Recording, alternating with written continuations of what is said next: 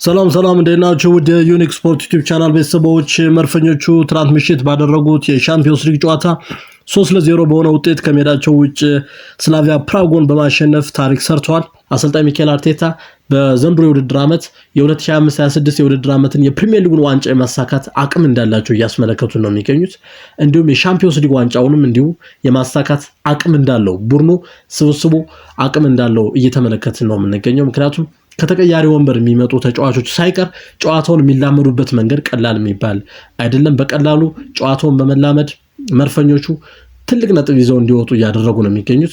በሌላ በኩል ደግሞ የመርፈኞቹ የተከላካይ ክፍል ጠንካራ መሆኑና ግብ ጠባቂውም ያለበት ፐርፎርማንስ ያለበት የአቅም ልክ ከፍተው ላይ በመሆኑ የመርፈኞቹ መረብ እስካሁን እምብዛም አልተደፈረም ብለን መውሰድ እንችላለን። ጎል ያስተናገዱት በሊቨርፑል ጨዋታና በማንቸስተር ሲቲ ጨዋታ ብቻ ነው ማለት ነው። ሁለት ጎሎችን ብቻ ነው ያስተናገዱትና ይህ ትልቅ የሚባል ሪከርድ ነው ብለን መውሰድ እንችላለን። በሻምፒዮንስ ሊግም 4 ተከታታይ የሻምፒዮንስ ሊግ ጨዋታዎችን በማሸነፍ የሻምፒዮንስ ሊጉን የደረጃ ሰንጠረዥ እየመሩት ነው የሚገኙት መርፈኞቹ። ከትልቁ ክለብ እንግዲህ ከስፔኑ ኃያል ክለብ አትሌቲኮ ማድሪድ ጋር የነበራቸውን ጨዋታም 4-0 በሆነ ሰፊ ውጤት ማሸነፋቸውን እናስታውሳለን በሻምፒዮንስ ሊጉና መርፈኞቹ በዘንድሮ የውድድር ዓመት እየሄዱበት ያለው ርቀት ቀላል የሚባል አይደለም። አሰልጣኝ ሚኬል አርቴታ በተለያዩ ዘርፎች ከአርሰናል ጋር ሪከርድ መስበር የሚችሉበትን ድንቅ የውድድር ዓመት እያሳለፉ እንደሆነ እየተመለከትን እንገኛለን።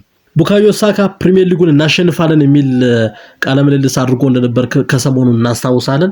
እንዳለውም መርፈኞቹ ቡካዮ ሳካ እንግዲህ እንደ ትልቅ ምክንያት ያስቀመጠው እኛ እንደ መርፈኞቹ አርሰናል ቤት አሁን ያለው ስብስብ እጅግ በጣም ከምላችሁ በላይ ጠንካራ ነው ሲል ነው የተናገረው። ቡካዮ ሳካ መርፈኞቹ ቤት ያለው የአሰላለፍ እንዲሁም ከተቀያሪ ወንበር የሚመጡ ተጫዋቾች የሚፈጥሩት የካውንተር አታክ እና የጎል ማስቆጠር እድሎች ለጎል የሚሆኑ ኳሶችን የማቀበል ፕሮግረሳቸውን ስናይ ከጊዜ ጊዜ ጨዋታዎችን በጣም ማኔጅ የማድረግ አቅማቸው እየጨመረ ነው የመጣው። እንዲሁም የስኳዱ የስብስቡ ምንም እንኳን በጉዳት አሁንም ድረስ እነ ጄሱስ እነ ማርቲን ኦዲጋርድ ካፒቴን ማርቲን ኦዲጋርድ እንዲሁም ካይ ሃቨርትዝ ጉዳት ላይ ነው የሚገኙት። ምንም እንኳን ጉዳት በተደጋጋሚ እያገኘን ቢሆንም በፈተናዎች መሃል ግን አሁን ያለ ስብስብ ጠንካራ በመሆኑ ዋንጫዎችን ማሳካት የምንችልበት ጥሩ አቅም ላይ ነው ያለነው የሚል ሐሳብ ነው የሰጠው ቡካዮ ሳካ። እንግዲህ እንደምናስተውሰው በካራቦ ካፕ አርሰናሎች የካራቦ ካፕ ጨዋታውን ከብራይተን ኤንድ ሆቭ አልቢዮን ጋር ሲያደርጉ የብራይተን ኤንድ ሆቭ አልቢዮን ዋናውን ቡድን አርሰናሎች ያሸነፉት በተቀያሪ ቡድናቸው ነው ብለን መውሰድ እንችላለን። አብዛኞቹ የተሰለፉ ተጫዋቾች ተቀያሪ ቦታ ላይ የምናውቃቸው የአርሰናል ተጫዋቾች ናቸውና የአርሰናል ተጫዋቾች ከተቀያሪ ወንበር የሚመጡት ጨዋታዎችን ማሸነፍ የሚችሉ መሆናቸው ደግሞ ሌላ ትልቅ አቅም የሚፈጥር ጉዳይ ነውና ቡካዮ ሳካ እንዳለው መርፈኞቹ ዘንድሮ የውድድር ዓመቱን ዋንጫ ማሳካት የምንችልበት ጥሩ ቁመና ላይ ነው የምንገኘው ሲል ሐሳብ መስጠቱን እናስታውሳለን። በፕሪሚየር ሊጉ ካደረጓቸው 10 የፕሪሚየር ሊግ ጨዋታዎች 8ቱን ማሸነፍ ችሏል። አርሰናሎች እስካሁን ካደረጓቸው የፕሪሚየር ሊጉ 10 ጨዋታዎች በሁለቱ ብቻ ነው በአንዱ ተሸንፈዋል፣ በአንዱ አቻ ወጥተዋል። ከማንቸስተር ሲቲ እንግዲህ ኃያል ከሚባሉት ክለቦች ጋር ብቻ ነው ነጥብ የጣሉት። ሌሎችን ጨዋታዎች እያንዳንዱን ማሸነፍ የቻሉበትን የጨዋታ እንቅስቃሴ ነው ያስመለከቱን። ከ10 የፕሪሚየር ሊጉ ጨዋታዎች ውስጥ በአንዱ ከሊቨርፑል ጋር በነበረው ጨዋታ በጠባብ ውጤት 1-0 ተሸንፈዋል።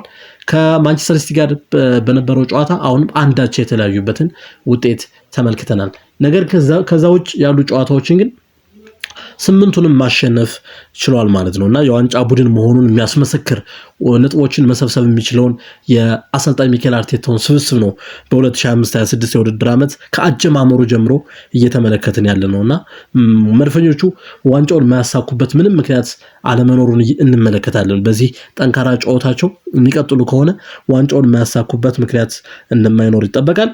ቅዳሜ ምሽት 2:30 ሲል በሰንደርላንድ ሜዳ ሰንደርላንድ የሚገጥሙት መርፈኞቹ ለዚህ ጨዋታ እንግዲህ ቀጣይ ዝግጅት እንደሚያደርጉ ይጠበቃል። ይህ ጨዋታ በመርፈኞቹ ደጋፊዎች ዘንድ በጉጉት የሚጠበቅ ጨዋታ ነው። ምክንያቱም ሰንደርላንዶች ምንም እንኳን የ2025-26 የውድድር ዓመትን ሰንደርላንዶች ምንም እንኳን ወደ ፕሪሚየር ሊጉ የተቀላቀሉት በ2025-26 የውድድር ዓመት በዘንድሮ የውድድር ዓመት ቢሆንም ነገር ግን ፕሪሚየር ሊጉን ከተቀላቀሉ በኋላ እያሳዩት ያለው ፐርፎርማንስ ጥሩ የሚባል ነው። በፕሪሚየር ሊጉ ጠንካራ የሚባል አጫወት እያስመለከቱን የሚገኙ ክለቦች ናቸው። ሰኞ ዕለት ከሁለት ቀን በፊት ማለት ነው በፕሪሚየር ሊጉ 10ኛ ሳምንት የእንግሊዝ ፕሪሚየር ሊግ ጨዋታ ከኤቨርተን ጋር ጨዋታቸውን አድርገው አንዳቻ መለየታቸውን እናስታውሳለን።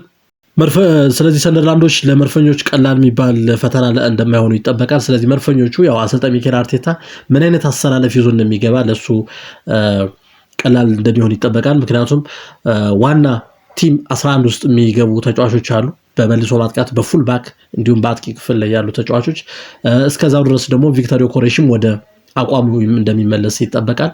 ከጉዳት አገግሞ ለጨዋታው እንደሚደርስ ይጠበቃል። ይህን ጨዋታን በማሸነፍ ተከታታይ ጨዋታዎችን እንግዲህ ተከታታይ 10ኛ ጨዋታቸውን ማሸነፍ የሚችሉበትን ጥሩ ሪከርድ እንደሚያሳዩን እንጠብቃለን። ክብራትና ክብራን ወደ ዩኒክ ስፖርት ዩቲዩብ ቻናል ቤተሰቦች ዩኒክ ስፖርት ዩቲዩብ ቻናልን ላይክ፣ ሼር፣ ሰብስክራይብ በማድረግ አብራችሁ እንድትሆኑ በድጋሚ ጋብዛለሁ። በያላችሁበት መልካም ጊዜ ይሁንላችሁ።